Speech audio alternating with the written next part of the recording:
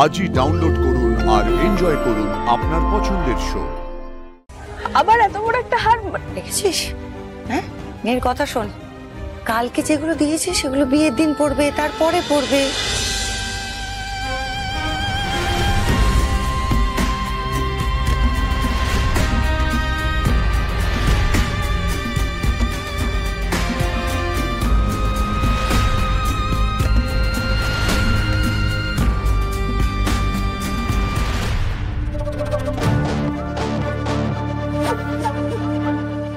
এরকম মন্ত্রমুগ্ধের মতো আয়নার দিকে তাকিয়ে আছিস কেন বুঝি?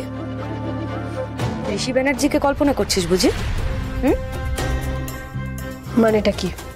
না, তোর মুখ দেখে তো তাই মনে হচ্ছে। কি সব উল্টোপাল্টা কথা বলছিস? বাজে বকিস না, চুপ কর। বুঝি নাচ গান আনন্দ ফুর্তি হাত ফাত ধরা যা ইচ্ছা কর, কোনো সমস্যা নেই। এর বেশি কিছু করা যাবে না। মনটাকে না ইয়া বড় তালা দিয়ে লক করে দিতে হবে, বুঝতে পেরেছিস? হ্যান্ডসাম ছেলে দেখে ফ্ল্যাট হয়ে গেলেই কিন্তু মুশকিলে পড়বি। তোর তাকানো ফাকানো আমার মোটেই ঠিক লাগছে না উজি। নিজেকে কারা কখন সুন্দর করে সাজায় জানিস? যারা অন্যের চোখে নিজেকে সুন্দর দেখাতে চায় তারা। প্লিজ দিদি, কথাবার্তা একটু ঠিক করে বল। হ্যাঁ, তো সেই কথাটা আমার চোখের দিকে তাকিয়ে বল না, অন্য দিকে তাকিয়ে আছিস কেন?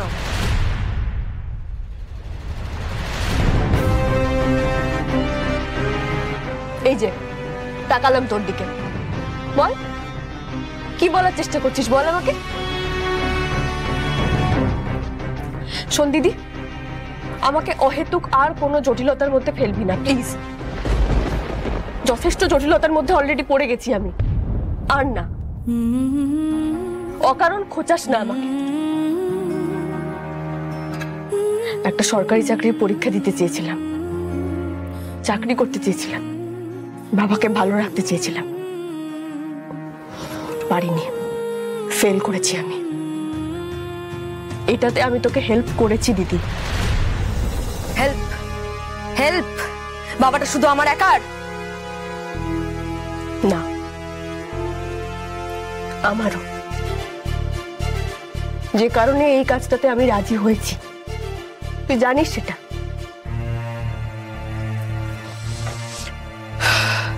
প্রতিশোধ আমিও নিতে চাই দিদি, কিন্তু প্লিজ এটা হয়ে যাওয়ার পরে আমি এই সবকিছুর থেকে অনেকটা দূরে চলে যেতে চাই। আমি একটা সুস্থ সুন্দর স্বাভাবিক জীবন যাপন করতে চাই। এরকম মিথ্যে অভিনয়ের জীবন আমার হতে পারে না, আমার জন্য নয়। উফ বাবা, তোরা এত জোরে জোরে কেন কথা বলছিস? বাইরে থেকে সব শোনা যাচ্ছে তো। হ্যাঁ, এদিক দিয়ে কেউ যাতায়াত করলে শুনতে পাবে না? মাথা খারাপ হয়ে গেছে নাকি? হ্যাঁ, এই শোন, তাড়াতাড়ি কর, নিচে সব লোকজন চলে এসেছে, সব সাজগোজ শেষ কর, নিচে সঙ্গীত শুরু হবে তো। এই নিশা, এদিকে শোন। আরে কি হয়েছে এটা? কি আমি না ফ্যাক্টরির সব অ্যাড্রেস জোগাড় করে ফেলেছি। ওই মল্লিক বাজারের পেছনে গলিতে, ওই গলির সামনে গাড়ি থাকবে, মালটা ওখান থেকে উঠবে, দুয়ারে সিকিউরিটি গার্ড থাকবে। ওরা পার্ক সার্কাস 7 পয়েন্ট হয়ে সায়েন্স সিটি বাইপাস ধরবে, তারপর সেখান থেকে ধাবা পেরিয়ে 5 তারা হোটেল। বুঝতে পারছিস? পুরো হোটেলটা ওই মোহিত মোদি বুক করে রেখেছে। আমার মনে হয় ওই ধাবা ক্রস করার ঠিক আগে আমরা ওই গাড়িটা ধরতে পারি। ওটা একমাত্র সেফ জোন। তারপর ওখানেই হবে আসল লুটটা। শুধুমাত্র তোর বলাতে আমি সব খবর জোগাড় করে এনেছি, কিন্তু ভুলে যাস না, একবার টাকার গাড়িতে ওদের হামলা হয়ে গেছে, এবার কোনো ফাঁক রাখবে না। এবার আমার মনে হয় এবার কিন্তু এটা করতে গেলে আমরা চাপ খেয়ে যাবো বস। একদম ঠিক বলেছে ভানুদা, নয় এটা কর নয় ওটা কর, সব ঠিক একসঙ্গে করতে যাস না দিদি, বিপদে কিন্তু আমরাই পড়বো। এই তুই বস, তুই সাজগোজ কমপ্লিট কর, যা করতে হবে আমি বুঝে নেবো। তাই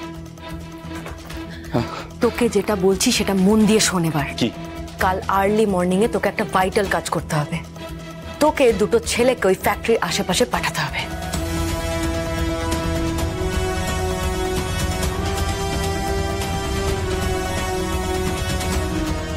That's it. ফাটিয়ে সাথে কি তোকে বস বলি?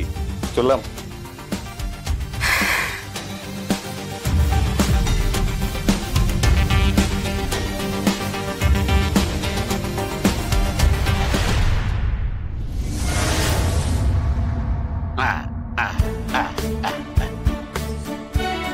স্টার্ট কর, শুরু কর।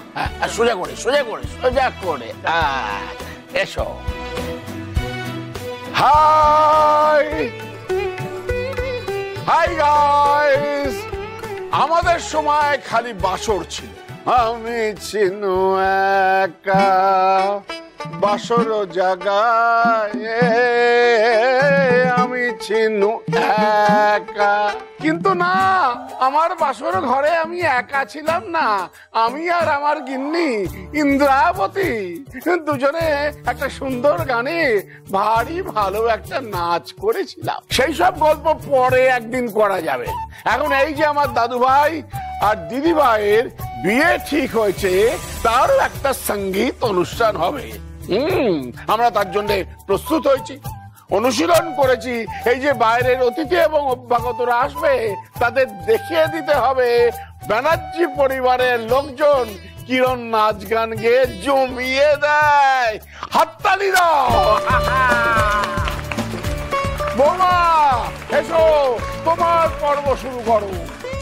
হ্যাঁ, এই তো বৌমা হাজির।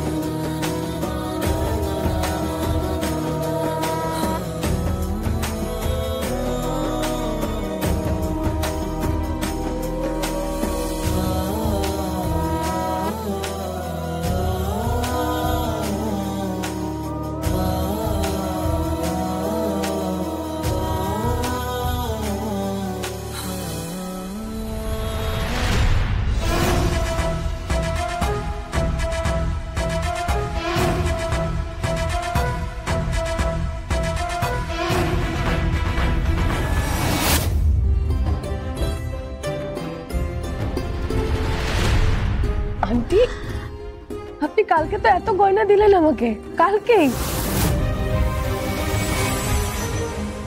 আবার এত বড় একটা হার। দেখেছিস? হ্যাঁ, মেয়ের কথা শোন। কালকে যেগুলো দিয়েছে সেগুলো বিয়ের দিন পড়বে, তারপরে পড়বে, অনেক সময় পড়ে আছে তো। এটা তো আশীর্বাদই গয়না, আশীর্বাদের সময় দিতে হয় না? আর এটা না নিলে কিন্তু অমঙ্গল হবে।